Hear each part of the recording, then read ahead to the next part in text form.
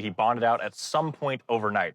He was held on $50,000 bond for those hours, but he made it out, and now he's, I guess, free until we go to trial in this case, if charges are actually filed. Right. And so I think a couple things here. One, it is a felony.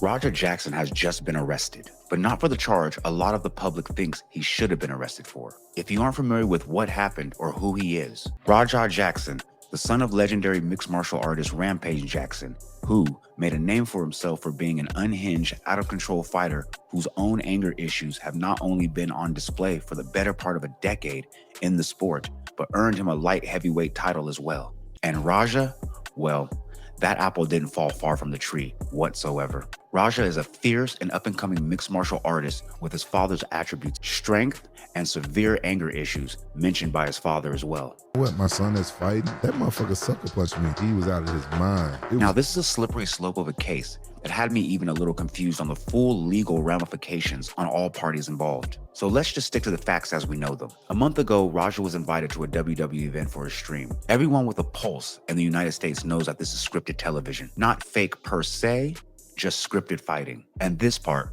is one of the details not fully mentioned that makes this case slippery. It's unclear if Raja was just invited to attend or if he was invited to participate.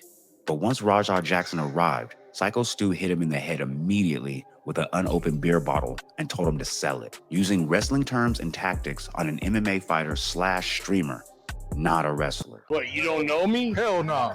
Yeah. Hey, I think that's a little... Oh, you don't... Easy. He's not a fucking worker, bro. Calm down. Yeah, what the fuck was that? You're good. What the fuck was that? You don't sell it? Dude, he's not a fucking worker, bro. What the fuck was that? Hold on.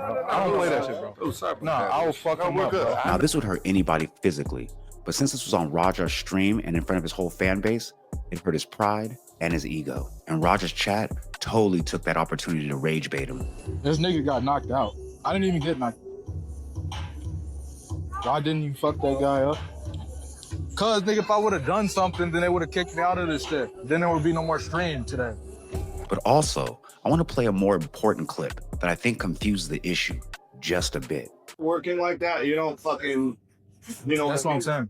So you don't. He's a fucking idiot. So when you run in on his shit, you fucking give him his receipt. Remember what a receipt is? Give him that fucking receipt, bro. Tag his shit. You got a fucking problem with it? I'll fucking run out there. Now, the problem with people with anger issues is they have anger issues. It doesn't take much to get them riled up and keep them riled up, which we saw his chat do repeatedly ever since the initial incident outside. Anger issues, poor impulse control, and low emotional intelligence is a crash out recipe like no other. So I could see why he'd be offended and feel outright disrespected by being called a fake crash out. I'm a fake crash out. All right, bet. You about to see you about to see how fake of a crash out I am. Now, what happened next would be a perfect example of unbridled brutality happening in the worst of circumstances. Everyone in the ring thought it was business as usual, scripted combat. And I believe Raja Jackson was supposed to go in there, hit him with a suplex, maybe a body slam, and maybe some light ground and pound, if that was even in the script. But what happened next, even the participants in the fight never saw coming.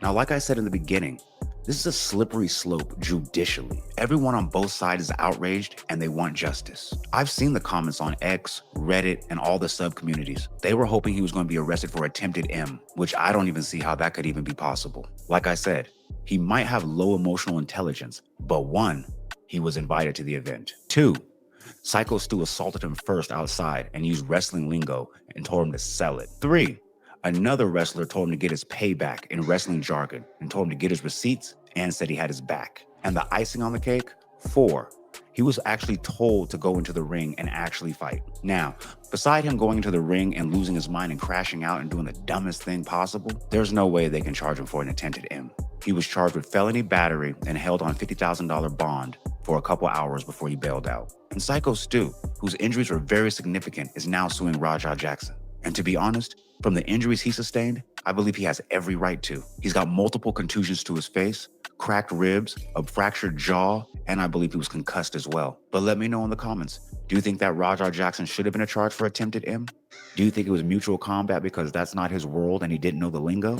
Or are you with the sub-communities like X and Reddit who think that he's an animal and needs to be jailed forever and be banned from MMA? But if you made it this far, click the left side of your screen to see why Iggy Azalea is still trying to get Playboi Carti arrested. And also, if you made it this far, don't forget to leave a like, comment, subscribe, share to be aware, put me in that algorithm because I need to be there, man. Because I know there's 10 other streamers out there doing it like me, but... Fuck that, little 10. I'm maxed out.